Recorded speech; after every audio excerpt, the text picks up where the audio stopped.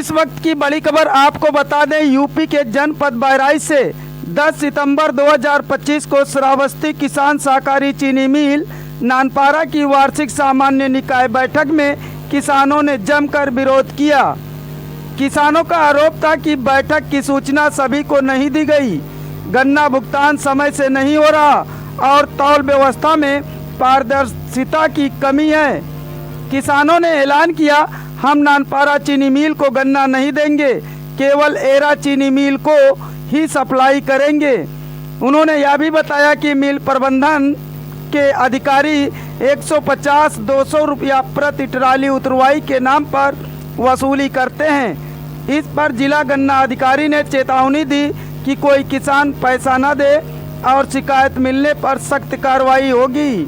झाला, राजापुर और मनगौड़िया क्रय केंद्र के किसानों ने भी साफ कहा कि उनकी अनुमति बिना सेंटर नानपारा को न दिया जाए वरना आंदोलन होगा।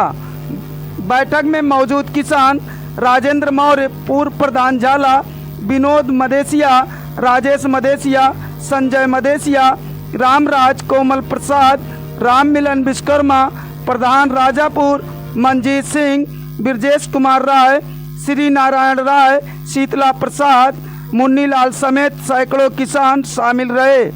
संकेत साफ है कि आगामी पेराई सत्र में नानपारा चीनी मिल को किसानों के बड़े विरोध का सामना करना पड़ सकता है। सर, हमारा सेंटर झाला है, हम पूरे सब लोग इच्छुक हैं कि हमारा छोड़ के नानपारा नहीं जाना चाहते हैं। इसके लिए विचार किया जाए और हम लोग मतलब फुटबॉल की तरीके से न रखा जाए कि जब आपके पेरने की क्षमता न हो तब लहरा में फेंक दिया जाए और जब पेरने की क्षमता हो जाए तो वो उधर से इधर फेंक दिया जाए। और देखिए, कहने के लिए अभी हमारे जीएम साहबा ने कहा था कि चीनी मिल गन्ना बीज उपलब्ध कराती है। अभी सुपरवाइजर या सीसीओ साहब खड़े हैं या कोई भी खड़ा, बता दिए किस बार किस गन्ना मतलब किसान को गन्ना बीज उपलब्ध कराया गया और कितना उपलब्ध कराया गया, वो लिस्ट होगी कोई, वो भी बताया जाए। गन्ना बीज के लिए दर दर भटकते हैं हम लोग। एरा चीनी मिल ऐसी है जो बीज उपलब्ध कराती है और खेत में बुआई के समय खुद आकर के किस विधि से बुआई करना है, कौन सी दवाई डालना है, क्या करना, समय समय पे आके ध्यान देती है। इसलिए हम इच्छुक हैं कि हम एरा में ही रहेंगे। किसान भाई और डेलीगेट्स की तरफ से कई सारे बिंदु सामने आए हैं। जानकारी रहती है हर चीज़ की, लेकिन जब सामने से सुनने को मिलता है तो ज़्यादा असर करता है। मेन मुख्य जो मुझे समझ में आ रहा है ट्रांसपोर्ट की रही है और वाकई में ये बात सत्य है कि रेट काफ़ी है और हम कोशिश करेंगे इस चीज़ को बेहतर करने की और इस बार करेंगे और सर का भी सहयोग रहेगा, बिल्कुल आप लोगों का सहयोग रहेगा। जो डीसीओ साहब ने कहा कि उतरवाई के नाम पे जो किसानों से पैसे लिए जाते हैं, वसूली की जाती है, इन सब चीज़ों का सहयोग करिए, सब ठीक रहेगा। अब मैं आमंत्रित करती हूँ माननीय सभापति महोदय के प्रतिनिधि के रूप में आए हुए हमारे सम्मानित अपर जिलाधिकारी राजस्व महोदय से कि आप अपने आशीर्वाद दृष्टि से हम सबको मार्गदर्शन करें। आज की इस एजीएम की मीटिंग में बोर्ड के लोगों ने जो अपनी अपनी प्रॉब्लम्स बताई थी वो मैंने नोट किए। कुछ को डीसीओ साहब ने सॉर्ट आउट करने का प्रयास किया है और बाकी मैं जीएम साहब को बता भी रहा था कि जो ये समस्याएं आपकी तरफ से उठाई जा रही हैं उनको हम कैसे समाधान कर सकते हैं।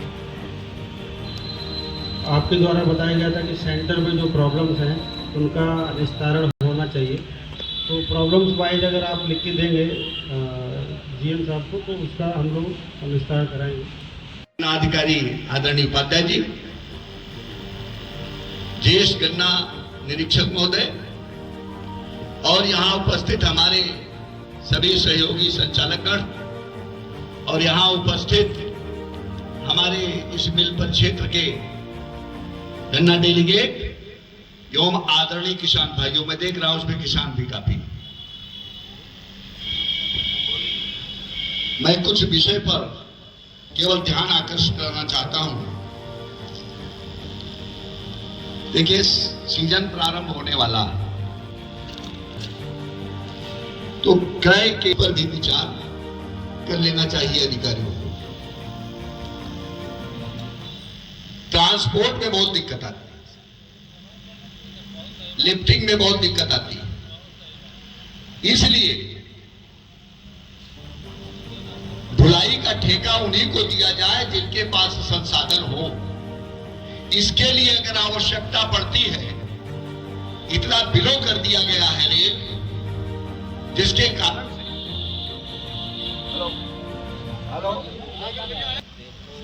इसमें मैं आग्रह करूंगा अपने सभी अधिकारियों से कि विचार कर लें, और अगर उसके उतने में हमें अच्छे उठान करने वाले ट्रांसपोर्टर नहीं मिलते हैं तो उसका रेट बढ़ाना पड़े तो वो भी बढ़ाया जाए। आप लोग सहमत हैं?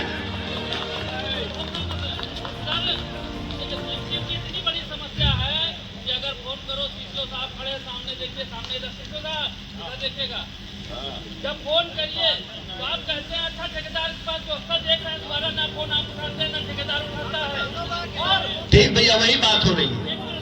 एक मिनट समझ आएंगे आप अच्छा अच्छा, सर, लोग हमें एक मिनट आएंगे। दिन भर किसान भूखे सेंटर पे खड़ा रहता है, सही है। रात में आके गाड़ी लोड होती है 12-1 बजे। अब बताइए जो किसान दिन भर सेंटर पे खड़ा रहेगा और रात में ट्राली अनलोड, और अनलोडिंग का अगर पैसा ना दिया जाए, 150 रुपए अगर अनलोडिंग का पैसा ना दिया जाए, ट्राली नहीं साहब अनलोडिंग वाला सिस्टम बंद कराइए। ठीक है, आपकी इसी समस्या को देखकर मैंने ये बिंदु उठाया। ये बिंदु चूंकि किसान वहां पर बराबर खड़ा रहता है और एक एक हफ्ता खड़ा रहता है। मैं कई सेंटरों का नाम बता सकता हूं जहां लिफ्टिंग के कारण एक एक सप्ताह खड़ा रहता है, उससे डबल नुकसान होता है।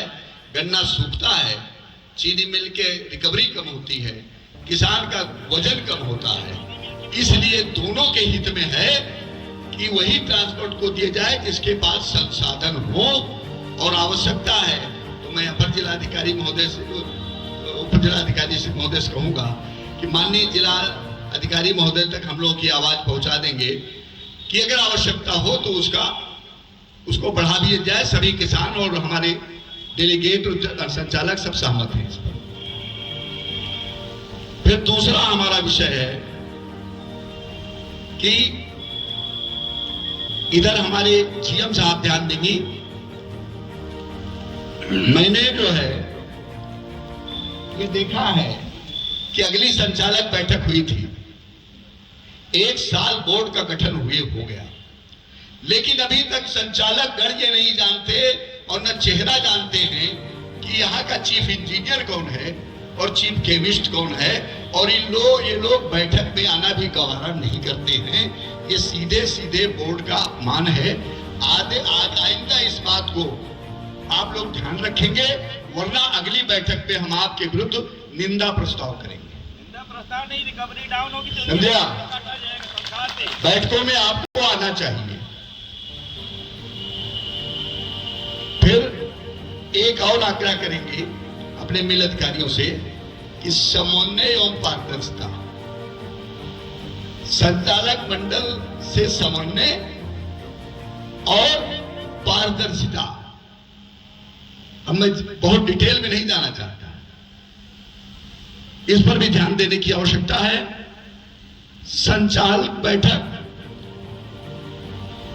1 साल में एक बार हुई, जबकि एक्ट बताता है कि प्रत्येक 3 माह में बैठक होनी चाहिए। 300 साहब बैठे, तो इस पर भी ध्यान दिया जाए कि संचालकों की बैठक 3 माह होने से किसानों की समस्या आपके सामने आ जाएगी और आप उसका निदान करेंगे, और किसान प्रतिनिधियों का और आप पे समन्वय बना रहेगा। फिर आगे है संचालक गण कुछ सुझाव देते हैं, उन सुझावों पर हमारे अधिकारी गंभीरता पूर्वक विचार करके नियमानुसार कार्रवाई करें। हम ये नहीं कहते आप नियम विरुद्ध कार्रवाई करें, नियमानुसार कार्रवाई करें, लेकिन उनके सुझावों को सुने और उस पर विचार करें। मैं नाम नहीं लूंगा, हमारे उपाध्यक्ष महोदय जी ने 2 बार फोन किया एक अधिकारी को, नाम लेना ठीक नहीं, और जिसके लिए उन्होंने कुछ कहा तो जवाब उसको दिया गया कर्मचारी को कि तुम डायरेक्टर और संचालक से फोन कराते हो। हम भी आपके अंग हैं, इस मिल के संचालक मंडल है। और आप लोग एक बात आप जान लीजिए, board is on in all.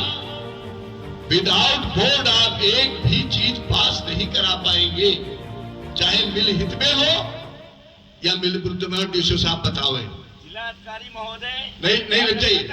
अगर कोई अपरिहार्य कारणों से, आपके एक्ट में है, अपरिहार्य कारणों से मिल हित में शीघ्र कोई निर्णय होना होगा, उसके बाद भी उसकी स्वीकृति बोर्ड से लेनी ही पड़ती है। इसलिए कृपया इस तरह के अनर्गल वार्तालाप न की जाए। हम आपका सम्मान करते हैं तो आप हमारा भी सम्मान सीखिए। उपाध्यक्ष हमारे प्रतिनिधि हैं किसानों के।